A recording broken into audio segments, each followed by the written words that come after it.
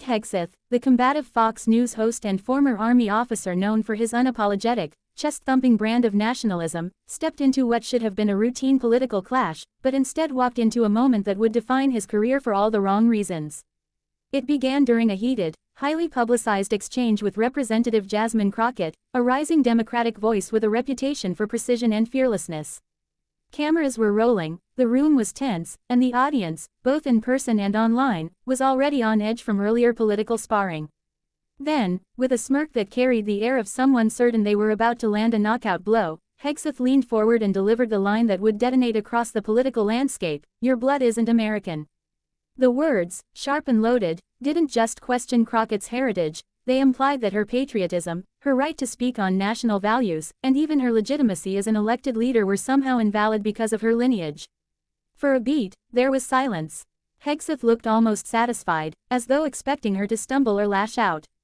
But Crockett did neither. Instead, she reached slowly into her bag, the kind of deliberate motion that draws the room into a collective inhale, and withdrew two objects: a neatly folded American flag, its fabric worn but cared for, and a faded photograph of a young black man in a crisp World War II uniform. Holding them so the cameras could capture every detail, she began, not with anger, but with a calm, steady voice that carried far more weight than a raised tone ever could. The man in the photograph, she explained, was her grandfather, Clarence Crockett, a soldier who fought on Utah Beach during the D-Day invasion, one of the most dangerous and decisive operations in modern military history. She painted the scene for those who didn't know it. June 6, 1944, the icy waters of the English Channel, the chaos of bullets and artillery as Allied forces stormed the shore to push back Nazi occupation. She told of how Clarence, barely in his 20s, fought alongside white soldiers, risking everything for a country that, upon his return, refused him the basic respect and benefits his white comrades received. Then came the sentence that seemed to freeze the air itself: "That beach drank my family's blood long before your name ever made it onto a ballot." Gasps rippled through the chamber. The words weren't just a clapback, they were a history lesson, a moral indictment, and a reclamation of patriotism all in one breath. But Crockett wasn't finished. Having set the emotional tone, she pivoted to hard facts. She laid out documents and official records showing how $78 million earmarked for veteran support had been quietly redirected to media and political campaigns, enriching the politically connected while leaving underserved veterans, disproportionately veterans of color, without the housing, healthcare, and mental health resources they desperately needed. She named specific programs that had been gutted, told stories of veterans who'd died waiting for care, and connected those failures to a systemic pattern of neglect stretching back decades. Each point was deliberate, each statistic anchored by a face or a name, making it impossible to dismiss as abstract politics. Hegseth tried to interject, accusing her of race baiting and politicizing military service, but Crockett, still composed, didn't even flinch.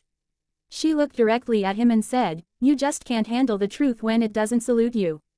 The blow landed harder than any shout could have. As the cameras captured his forced smile and shifting posture, the energy in the room shifted entirely in her favor. Outside the chamber, the reaction was immediate and explosive. Within hours, clips of the exchange were flooding Twitter, Facebook, and TikTok.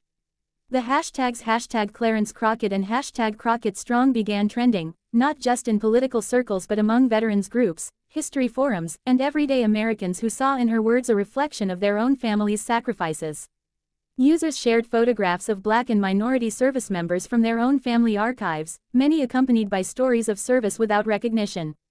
Opinion pieces sprang up across major outlets, praising her for merging moral authority, personal history, and investigative rigor in a single response. Meanwhile, Hegseth's remark was condemned even by some who usually agreed with his politics, criticized as a needlessly divisive attack that disrespected the service of countless Americans. The damage to his image was swift. His brand of swaggering patriotism suddenly looked exclusionary and brittle. By contrast, Crockett's stature grew overnight. She wasn't just the representative who shut down Pete Hegseth, she became a symbol of unflinching truth-telling, someone who could take the ugliest kind of insult and turn it into a lesson that resonated across party lines. And that, perhaps, was the ultimate reversal. In under 25 minutes, she had taken an insult meant to diminish her and transformed it into a national moment of reckoning on race, service, and the real meaning of American identity, leaving Pete Hegseth's carefully cultivated legacy cracked, questioned, and, in the eyes of many, permanently diminished.